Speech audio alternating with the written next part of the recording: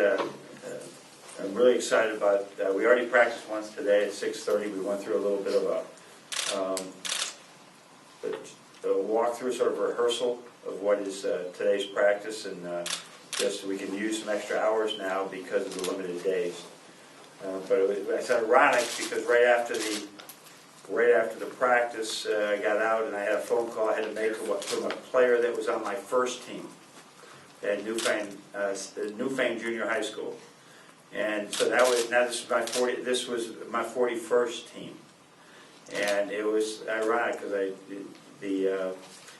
reminded him that we lost our first game, and before the game I was physically nauseated, and I said, one thing I do know, I can't do this for a living. And now it's 41 years later, and I love what I do for a living. So we had a good workout this morning, and now I'm really looking forward to, yes, we get to practice in the summer and in the spring and in the preseason now, but it's 2 hours a week. And you just get a point made, and then you wait sometimes 6 days to talk to them again about it. And you lose so much. And now we're in this point where, we can do more, we can use our time. We're back at it again tomorrow, we're back at it again Sunday, we'll take Monday off, but for 3 days, we're going to essentially get 6 weeks where you go 12 hours over 3 days, whether it's video, weights, 12 hours, and that's almost a whole summer. So we're excited about having that repetition that a lot of the guys really need at this time. So per usual, use the mics. Bridget is over there for you guys over there. I have it over here. Len is going to start us off, Coach. Coach, you talk about making a point and then having to wait a week, but at the same time you have a team that is incredibly experienced compared to last year's. It seems like you go 10, 11, 12 deep. How different is the outlook coming into this season? Well, this is a point that I made with Sam this morning is, that's the big, compared to last year, they're still not an experienced team. Yes, we do have 4 guys that have played a lot of college basketball, the 4 scholarship juniors and seniors. But we had so many still young guys that were thrown in there, and they're better.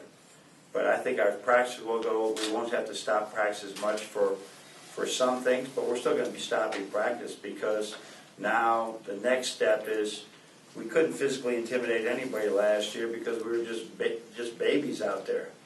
And some of these giraffes and these young thoroughbreds are turning into bigger animals, bigger people, and they got to be able to use that now. So it's good. It's good, but there's always, whether you're here, high school, the pros, there's always something next. So it's never like, hey, we made it. There's always more. You mentioned it's your 41st year to install new ideas. Where did this one come from? I think a lot of feedback. We went on a retreat as a coaching staff, and like I said, we have different players with incredibly different learning curves.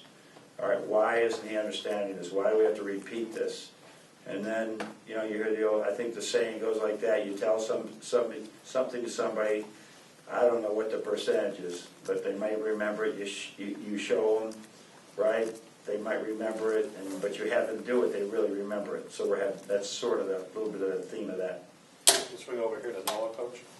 Coach, obviously a lot of guys working their way back from injuries this summer. Can you bring us up to date on Spike and Irving? Yeah, the 2 that I think are 100% right now are Derek and Karras.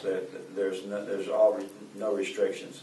We're trying to just rotate Spike out of drills, but there's really no restrictions other than he's not moving the way he'll be moving in a couple more weeks. And then Zach is, now dressing for practice, and he's going to do some foul shooting, and he's just doing things to get him out of this next phase. But he's full scale rehab, whether it's the treadmill and with the underwater treadmill, all the things that we can take some buoyancy or use the buoyancy there to make it lighter for him.